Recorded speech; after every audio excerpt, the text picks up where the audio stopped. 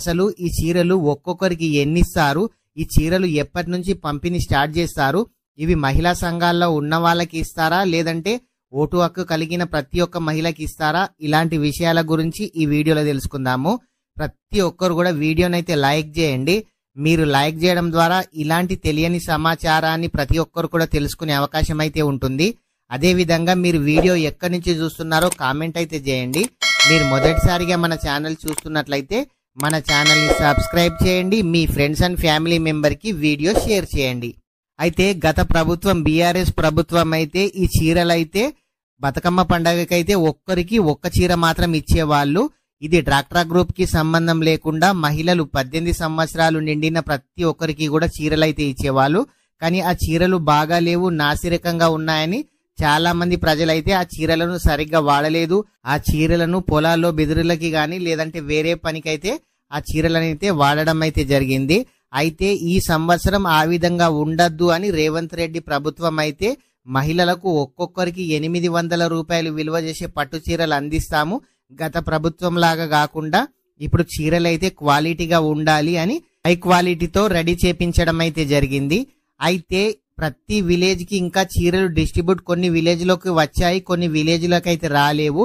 తెలంగాణ రాష్ట్రం మొత్తం ప్రతి డిస్టిక్ నుంచి ప్రతి మండల్ నుంచి ప్రతి విలేజ్ కి అయితే చీరలు అయితే వెళ్తాయి. కానీ కొన్ని విలేజెస్ లో వచ్చాయి, కానీ కొన్ని విలేజెస్ లో రాలేవు. తెలంగాణ రాష్ట్రంలో బతుకమ్మ పండగకి చీరలు ఇస్తామని ప్రభుత్వం అయితే చెప్పడం అయితే జరిగింది. కానీ బతుకమ్మ పండగకైతే చీరలు అయితే ఇయ్యలేరు. అయితే రేపటి నుంచి చీరలు ఇస్తామని ప్రభుత్వం అయితే ప్రకటించడం అయితే జరిగింది.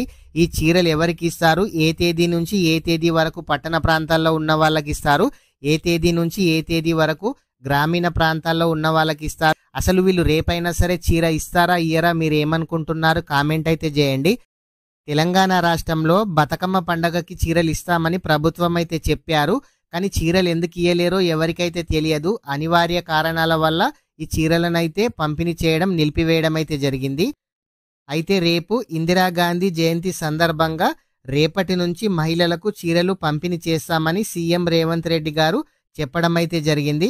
అయితే హైదరాబాద్ నెక్లెస్ రోడ్లో ఇందిరాగాంధీ విగ్రహం వద్ద 12 గంటలకు ఈ కార్యక్రమాన్ని అయితే ప్రారంభించనున్నారు.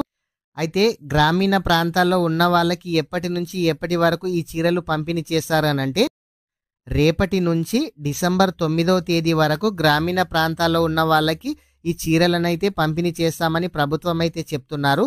అదేవిధంగా పట్టణాల్లో సిటీలో ఉన్న వాళ్ళకి ఎప్పుడు పంపిణీ చేస్తారనంటే మార్చి 1వ తేదీ నుంచి 8వ తేదీ వరకు పట్టణ ప్రాంతంలో ఉన్న వాళ్ళకైతే ఈ చీరలు పంపిణీ చేస్తామని చెప్తున్నారు. అదేవిధంగా మొత్తం 1 కోటి మంది మహిళలకు 2 విడతల్లో ఈ చీరలు పంపిణీ చేస్తామని చెప్తున్నారు. అయితే ఇది వరకు మహిళా సంఘాల్లో ఉన్న వాళ్లకు మాత్రమే, అంటే డ్వాక్రా గ్రూప్ లో ఉన్న వాళ్లకు మాత్రమే ఈ చీరలు పంపిణీ చేస్తామని చెప్పడం అయితే జరిగింది. కానీ కేవలం మహిళా సంఘాల వాళ్ళకు మాత్రమని ఇప్పుడైతే చెప్పడం అయితే లేదు. వీళ్ళు ఓన్లీ మహిళా సంఘాల వాళ్ళకి ఇస్తారా లేదంటే తెలంగాణ రాష్ట్రంలో ఉన్న ప్రతి మహిళలకు ఈ చీరలు పంపిణీ చేస్తారా, ప్రతి ఒక్కరు కూడా కామెంట్ అయితే చేయండి. ఫ్రెండ్స్, ఇలాంటి అప్డేట్ మిస్ కావద్దనుకుంటే మన ఛానల్ని సబ్స్క్రైబ్ చేయండి. మీ ఫ్రెండ్స్ అండ్ ఫ్యామిలీ మెంబర్కి వీడియో షేర్ చేయండి. Thank you friends.